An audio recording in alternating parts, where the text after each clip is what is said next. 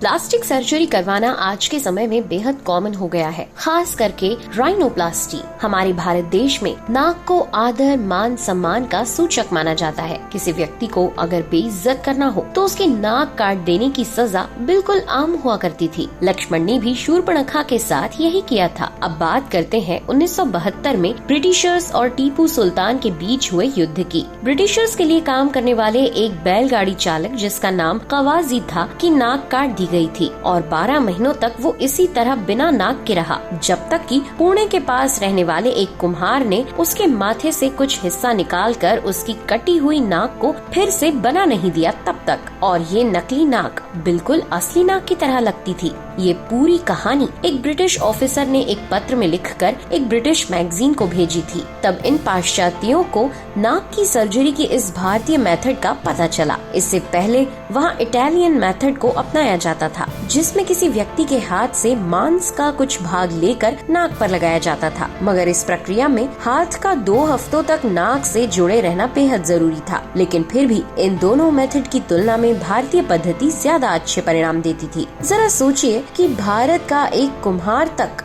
Western medical world से advance था।